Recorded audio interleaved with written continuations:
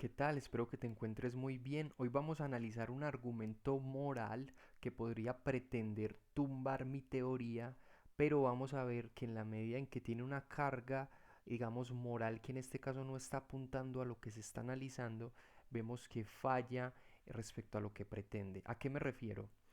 Alguien puede decir, como tu teoría de que el tiempo y el espacio objetivos, con sus diferentes caracteres relativos, es decir, con los diferentes modos en que se desenvuelven los fenómenos de la existencia con respecto a ese tiempo y espacio mismo, no está teniendo en cuenta el infinito, sino que está diciendo que el tiempo y el espacio es, entonces eres una persona creída porque cree que pues que va a decir algo con respecto a ese concepto que sí esté adecuado, entonces tu teoría se cae. Eso tiene un problema muy serio. ¿Por qué? Porque primero hay que analizar por qué es que yo considero problemático el concepto de infinito y no asimilar que por el hecho de yo cuestionar este concepto de infinito, entonces eso implica que yo sea una persona creída. No, lo que eso implica es que yo estoy analizando cuál sería el problema que tendría en este caso el concepto de infinito con respecto a mi teoría. ¿Cierto? Entonces eso es lo que quiero que quede claro y eso es lo que vamos a ver acá, eso es lo que yo te voy a mostrar para hacerte dar cuenta de cuál es el problema de este concepto de infinito para entender la existencia del tiempo y el espacio de manera objetiva.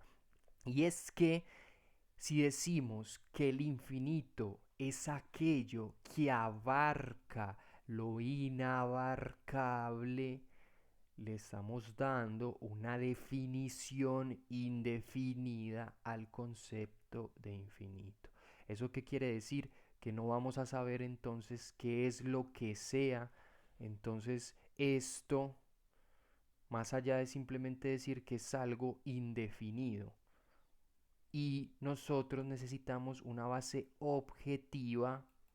¿Cierto? Necesitamos una base objetiva para ese tiempo y espacio que nosotros decimos que yo estoy sosteniendo en mi teoría que existe, que es lo que es, ¿cierto? Necesitamos esa base objetiva y aquí tengo el problema de que con este concepto clásico en el que estaríamos tomando la noción de infinito se problematizaría. ¿Por qué? Porque estamos diciendo que si lo tomamos en esa concepción clásica de que abarca lo inabarcable, no estamos diciendo de manera objetiva qué sería ese infinito más allá de ser una definición indefinida. ¿Por qué? Porque nosotros podríamos decir qué es entonces lo que está abarcando el infinito. Entonces caeríamos en un problema y digamos que mi teoría no se podría sostener, no habría una base porque no hay esa situación objetiva que nos permita a nosotros, que me permita a mí sustentar de que el tiempo y el espacio son objetivos si yo empleo este concepto, ¿cómo se sustenta?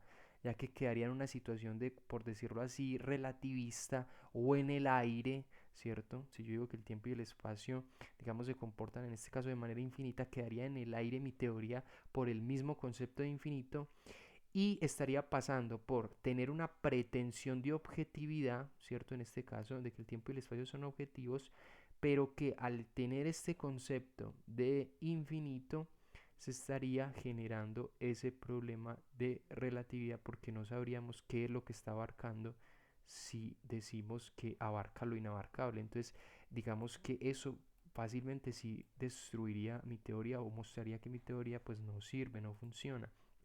Por eso el concepto que uno tiene que aplicar es que el tiempo y el espacio es. El tiempo y el espacio es, por decirlo así, prueba de sí mismo.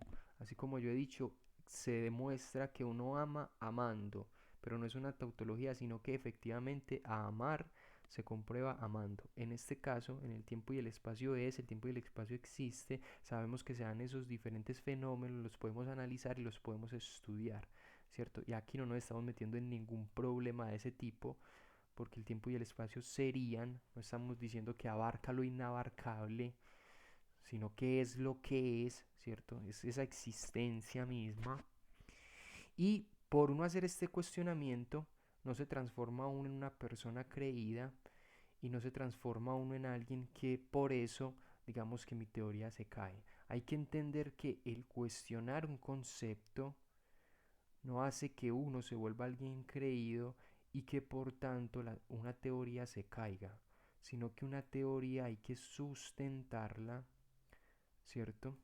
Una teoría hay que sustentarla, hay que mostrar las razones, hay que analizarla, hay que ver su viabilidad de manera crítica, ¿cierto? Y no empezar simplemente a decir que porque uno va a cuestionar un concepto, entonces es una persona creída, es una persona presumida y entonces que su teoría se cae. No, hay que analizar cuáles son las razones que se nos están dando en este caso.